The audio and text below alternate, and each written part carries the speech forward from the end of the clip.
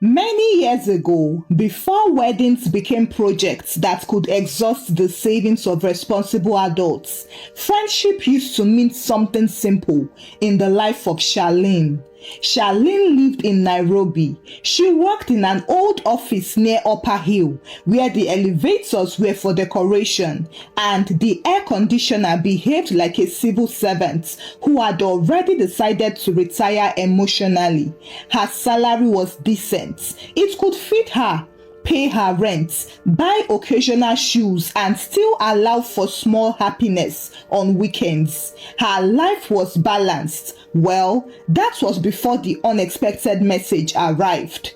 Charlene was sitting quietly in the staff kitchen on a Tuesday afternoon, eating rice and chicken from a plastic container, when her phone vibrated on the table. She glanced at the screen and saw the notification. "You have been added to a group." She clicked on it. The group name was the Bridal Queens. Charlene frowned slightly because group chats have destroyed many peaceful lives in Africa before. She opened it and the first message appeared immediately. "Ladies, welcome to the bridal squad." Another message followed.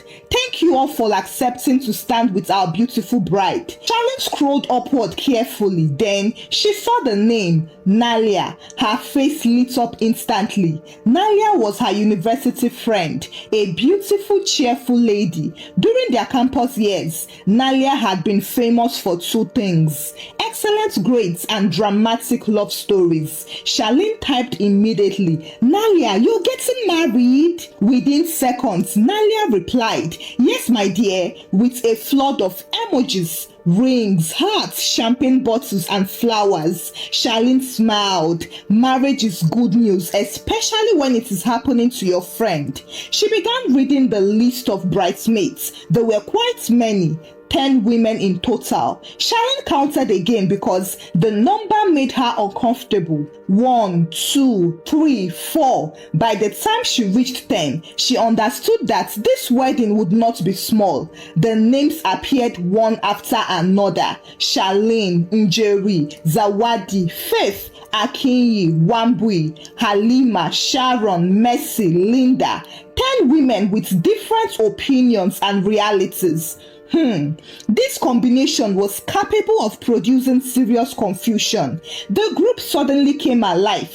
A message appeared from a woman named Zawadi. "Ladies, I am so excited for this journey."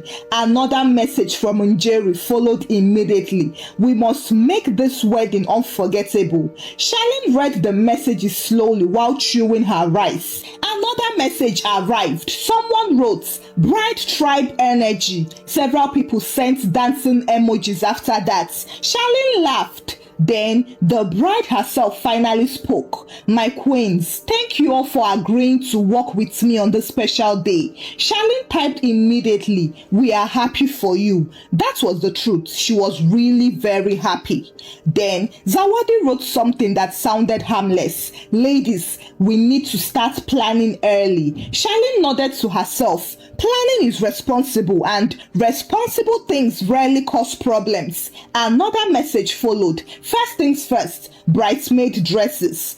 Okay, this sounded reasonable. Weddings require dresses. Charlene continued eating her rice. Zawadi typed again, "I found a designer in Westlands. She does luxury bridal pieces." Charlene almost choked on her rice. Luxury? That is a dangerous word. Another message appeared. Njeri joined the discussion. "Yes, I know her work. It is very classy." Charlene coughed and swallowed slowly. Classy often costs a lot of money. Faith, who had not spoken before, suddenly appeared and said, "I support." Faith was one of those quiet people who had no idea to contribute, but they will fully support any expensive suggestions. Zawadi continued with confidence. "Each dress will be about 30,000 Kenyan shillings." Charlene almost swallowed her rice the wrong way. She coughed hard. "Ati, 30,000 for dress?" Her colleague across the kitchen looked up. "Are you okay?" Yes, she said weakly. She looked again at the phone. The group chat was moving fast. Njeri had already approved. Perfect. Faith sent clapping emojis. Someone added, "We deserve to look good." Charlene slowly opened her banking app. Unfortunately, her balance looked back at her like a prodigal daughter. It did not look like something that wanted to wear a 30,000 shilling dress. She closed the app quickly. Meanwhile, the conversation had moved forward. Zawadi wrote again, "We also need professional makeup for the wedding day." Someone replied immediately, "Yes, please. No one should embarrass the bride." Charlene blinked slowly. Embarrass the bride? She touched her own face thoughtfully. Was her normal face now an embarrassment?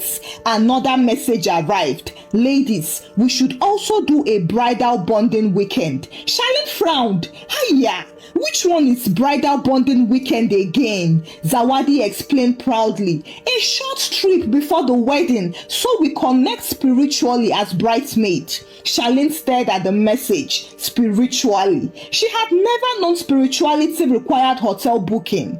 Then the next message came like thunder. "I am thinking Naivasha." Naivasha, the resort area with swimming pools and lake views. Charlene placed her phone down carefully on the table.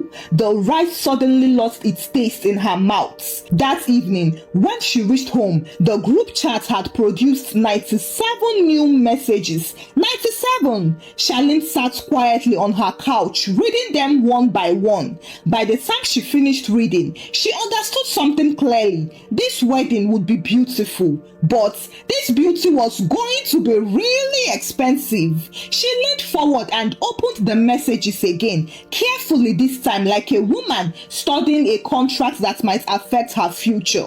The first new message came from Zawadi, who had clearly accepted the position of unofficial wedding general.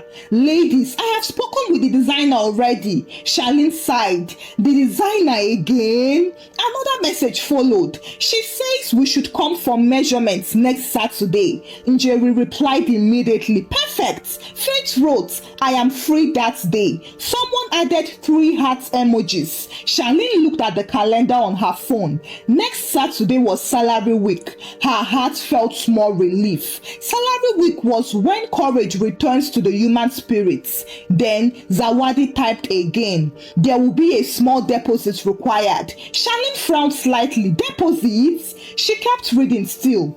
"Only 10,000 shillings each for now." Charlene closed her eyes briefly. 10,000? Only? The word "only" in money usually hides something dangerous. She opened her banking app again. The balance was still there, looking innocent, unaware of the battle approaching. Before she could think further, another message entered the group. "Ladies, we also need matching robes for the morning of the wedding." Charlene blinked. "Aye, robes too?" Zawadi explained helpfully. "For the bridal preparation pictures." Another bridesmaid named Linda typed excitedly, "Yes, the pictures will look amazing." Charlene whispered to herself, "The pictures will look expensive." The group chat continued moving like a bus that had lost its brakes. Zawadi wrote again, "Does anyone know a top-rated professional makeup artist? Not upcoming, please." Njeri replied quickly, "I know one in Kilimani. She charges 20,000 for group package." Charlene sat upright. Group package? Okay. That sounded safer. 2,000 shillings each. Then the next message arrived. 20,000 per person. Charlene slumped onto the couch. Everywhere blur. Meanwhile, the chat continued happily. Halima sent dancing emojis. Mercy wrote, "We must support our girl fully." Charlene rubbed her forehead gently. Support is beautiful when it is emotional. Support becomes complicated when it is financial. Just as she was preparing to close the chat, a new message appeared, this time from Njeri. "What about a bridal shower?" Zawadi responded instantly. "Yes! Yes, absolutely. Faith added, we cannot skip that. Charlene stared at the screen. The wedding itself had not happened though, but the pre-wedding events were already multiplying like relatives during December holidays. Zawadi typed again, I know a nice rooftop venue in Westland. Charlene read the next line slowly. Only 50,000 shillings booking fee. She sat upright again. 50,000 for one evening? The chat exploded with excitement. Perfect venue. Great idea. Let's do it. Charlene looked at the phone suspiciously. It is either some of those women lived in a different financial universe because what? She typed slowly. Ladies, quick question. The messages paused. Zawadi replied, yes, Charlene. Charlene hesitated. Then she asked, who is paying for all these things? There was a moment of silence inside the group. Then Zawadi replied cheerfully, we are. Charlene stared at the message. We? Yes, Zawadi typed. It's the bridal squad contribution. Zawadi swallowed slowly. Contribution. Another dangerous word in African social life. Zawadi continued. I will prepare a spreadsheet so that everything is organized. Spreadsheets, hey! Charlene suddenly felt like she had joined a financial committee. Another message appeared. Ladies, please check your emails. Charlene opened her email. There it was. The subject line read, Bridal Support Plan. She opened the document and held her chest for support. The list was long, very long. Bridesmaids dress deposits, makeup contribution, bridal shower contribution, morning preparation robes, transportation for the wedding day. Charlene stared numbly at the numbers. Her brain began calculating survival. Meanwhile, the chat continued happily. Njeri wrote, this wedding will trend. Faith replied, yes, so it must be classy. Charlene placed the phone on the table and stared at the ceiling. The room was silent, very silent. She whispered slowly, this wedding is not even mine. Her phone vibrated again. Another message from Zawadi came in. Ladies, please send your first contribution before Friday so we can secure the designer. Charlene picked up the phone again, read the message twice, and then she laughed. The wedding was still months away, yet the pressure had already started. That night, she did what many reasonable people do when faced with a financial storm. She kept quiet. Charlene believed silence could sometimes solve problems, but group chats do not respect silence. The next morning, when she woke up, her phone was already vibrating like a mosquito trapped inside a bottle. 23 new messages appeared. Charlene opened the chat cautiously. Zawadi had sent a cheerful reminder. Ladies, please remember the dress deposit by Friday. Then Njeri had added something new. I spoke to a nail technician who does bridal sets. Charlene sat up in bed slowly. Nails? The list had reached nails. Another message followed. Each person will pay 10,000 shillings. Charlene stared at the screen carefully. 10,000 for nails. She looked at her own fingers. They were ordinary fingers. They had never demanded 10,000 before. The messages continued. Halima wrote, ladies, we must look coordinated. Faith added, yes, so no shortcuts. Charlene whispered to herself, my entire childhood had shortcuts. Unfortunately, the chat was moving too fast. Zawadi returned with another announcement. Also, the bridal bonding weekend is confirmed. Charlene blinked. Confirmed? She scrolled upward. Zawadi had written, I found a beautiful resort in Naivasha. The next message explained further, with lake view rooms. Charlene's stomach tightened slightly. Lake view usually meant lake price. Zawadi continued, it will help us connect as sisters. Charlene placed the phone down slowly. Sisters? Even her own biological sister had never asked her for lake view bonding before.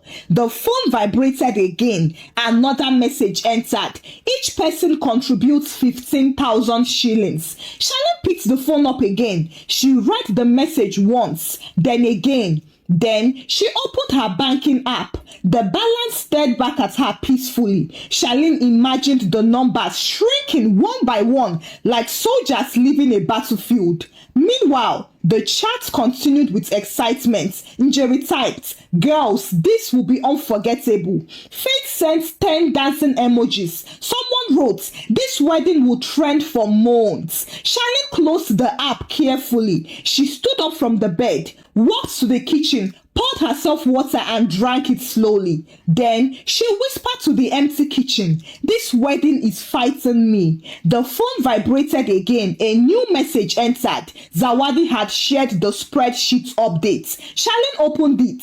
Her name appeared in the first column. Beside it were numbers, deposits, contribution, and estimated costs. Charlene's eyes widened slowly. The total looked like a small car money. She sat at the table quietly. For several minutes, she said nothing. Then the phone vibrated again. Another message appeared in the group. "Ladies, please send your confirmation." Zawadi continued typing. "We must move quickly." Njeri added, "Yes, please, let's be serious." Faith followed. "Commitment is important." Charlene stared at the screen in disbelief. Then she picked up the phone. For a minute, her fingers hovered around the keyboard. Then she typed, "Ladies." The chat paused. Messages stopped arriving. Someone replied, "Yes, Charlene." Charlene looked at the screen for a moment. Then she typed slowly, "This wedding is becoming expensive." There was silence for 5 full minutes. Complete silence. For the first time since the group had started, nobody replied immediately. The typing indicator appeared, then disappeared. Finally, Njeri responded, "It is once in a lifetime." Faith added quickly, "Yes, we must support our girl." Zawadi followed, "Exactly, it is about love." Charlene read the messages carefully. Then she typed again. Her message this time was very blunt. "I am saying this because I am broke." The chat froze completely. No emojis came in. 5 minutes passed. 10 minutes passed. Charlene placed the phone on the table. She expected arguments or lectures. She expected someone to accuse her of negativity. But instead, something surprising happened. A message appeared from Mercy. "Honestly, me too. I am broke." Charlene sat up slowly. Another message appeared, this time from Halima. "I borrowed money last night for the dress deposits." Charlene blinked. Another message followed from Faith. "I have not even told my husband about this cost." Then Linda added, "My rent is due next week." The chat had completely lost its glamour. Now it looked like 10 women sitting together in truth, suddenly aware that the wedding they had been planning was beginning to look like a financial trap. Charlene leaned back in her chair slowly. Finally, the bride herself appeared. Nalia typed, "Ladies, what is happening? I have been caught up in family meetings." Charlene looked at the message twice. That was when she realized that the bride did not even know about all this pressure and stress. It had been created by the bridal squad themselves. Charlene picked up the phone again. This time she typed, "We need to talk." Nalia wrote slowly, "Okay, is everything good?" Charlene did not reply immediately because she knew that words written in group chats sometimes grow legs and start running in different directions. Instead, she typed, "Maybe we should meet in person." There was another pause. Then Zawadi replied, "That might be a good idea." It was the first time Zawadi had sounded unsure since the group began. A meeting was arranged for Saturday afternoon at a cafe in Kilimani. Charlene arrived first. She sat near the window and watched the road outside. Nairobi traffic moved without urgency like a tired snake. One by one, the bridesmaids arrived. Njeri came wearing sunglasses large enough to protect her from sunlight and responsibility. Faith arrived quietly and greeted everyone like a woman who had been avoiding eye contact all week. Halima walked in laughing, even though her laughter sounded forced. Soon, all 10 women were seated around the table. The table itself looked nervous. Finally, the bride arrived. Nalia walked in smiling, but her smile slowed down when she saw the serious faces around the table. What is happening? She asked as she sat down. Charlene looked around the table and the 9 women looked back at her as if she had been elected to speak for the nation. She cleared her throat and began. Nalia, do you know how much money we are spending on this wedding? Nalia blinked. What money? The table became quiet. Zawadi shifted slightly in her chair. Charlene took a deep breath and continued. Your bridesmaids have a spreadsheet. Nalia frowned. A spreadsheet? Zawadi pulled out her phone reluctantly and said, yes, for organization. Nalia leaned forward. Let me see. Zawadi turned the phone toward her. Nalia studied the list. Her eyebrows rose slightly higher. Then she leaned back in her chair. This is a lot. Charlene nodded. That is what we were trying to say. Nalia looked around the table again. You all are paying for these things? Nobody answered immediately. Finally, Mercy spoke. Yes, Halima added. But some of us are struggling. Faith cleared her throat. Some of us already borrowed money for the dress deposits. Nalia's expression changed completely. She looked shocked. Why would you borrow money for my wedding? No one answered because the answer was obvious. Weddings have a way of pushing people into strange behavior. Zawadi sighed. We just wanted the wedding to be beautiful. Njeri nodded. And memorable. Nalia shook her head slowly. I wanted you all there as my friends, not as sponsors. Half the ladies heaved sighs of relief. Charlene felt the tension in the room begin to relax. Then she said something that made everyone laugh. If this wedding continues like this, some of us will need recovery after the wedding. Even Nalia laughed. The laughter felt good. Nalia leaned forward again and said, listen, let's simplify this wedding. Those words felt like cool air entering a hot room. Zawadi asked, what about the Naivasha trip? Nalia shook her head. What Naivasha trip? Please cancel it.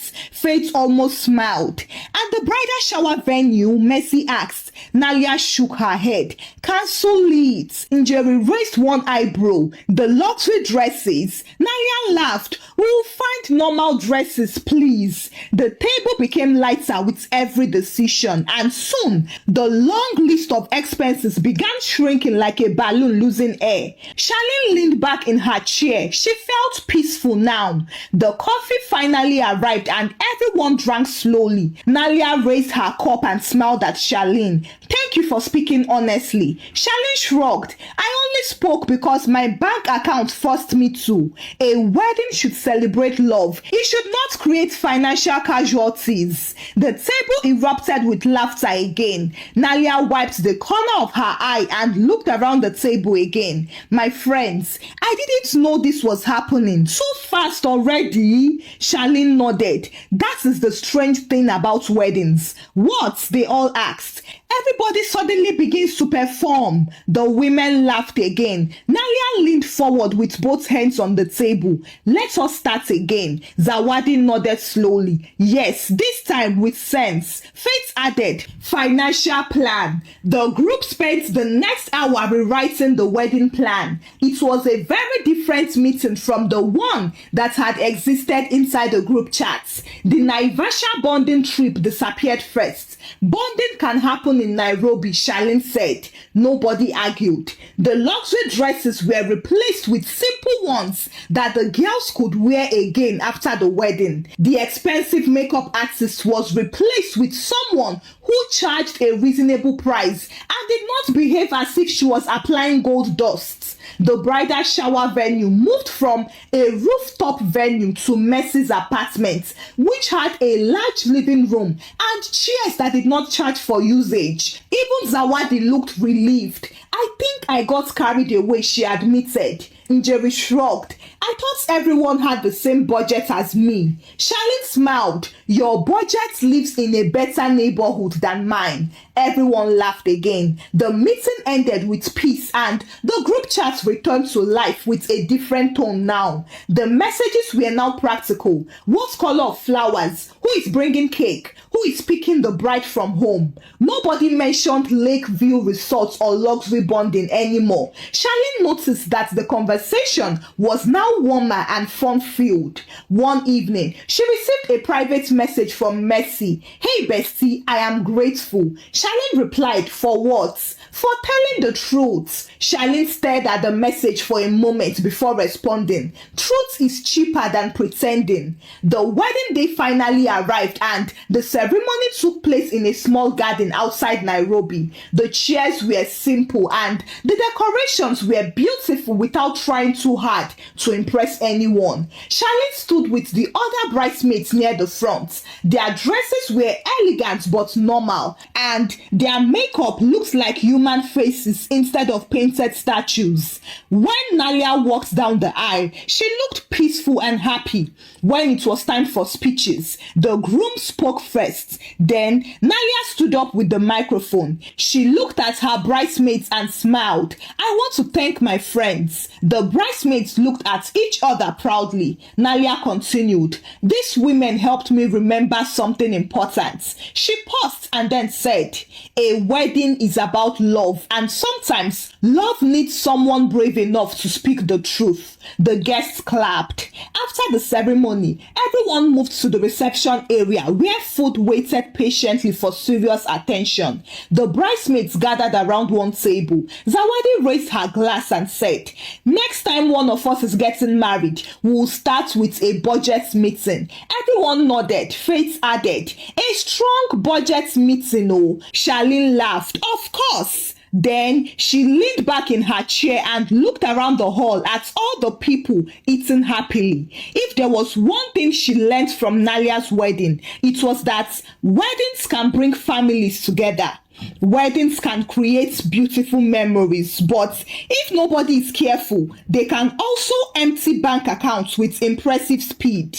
Hi besties, thank you for watching the story. This story is dedicated to our Kenyan bestie, Charlene. I wish you a happy and prosperous birthday, bestie. Have a peaceful year ahead. Please, besties, let's kindly wish her well in the comment section. If you know you enjoyed the story, kindly give the story a thumbs up and share the story out with your loved ones. Subscribe to this channel if you've not done so by now. Until I bring another story your way. Bye.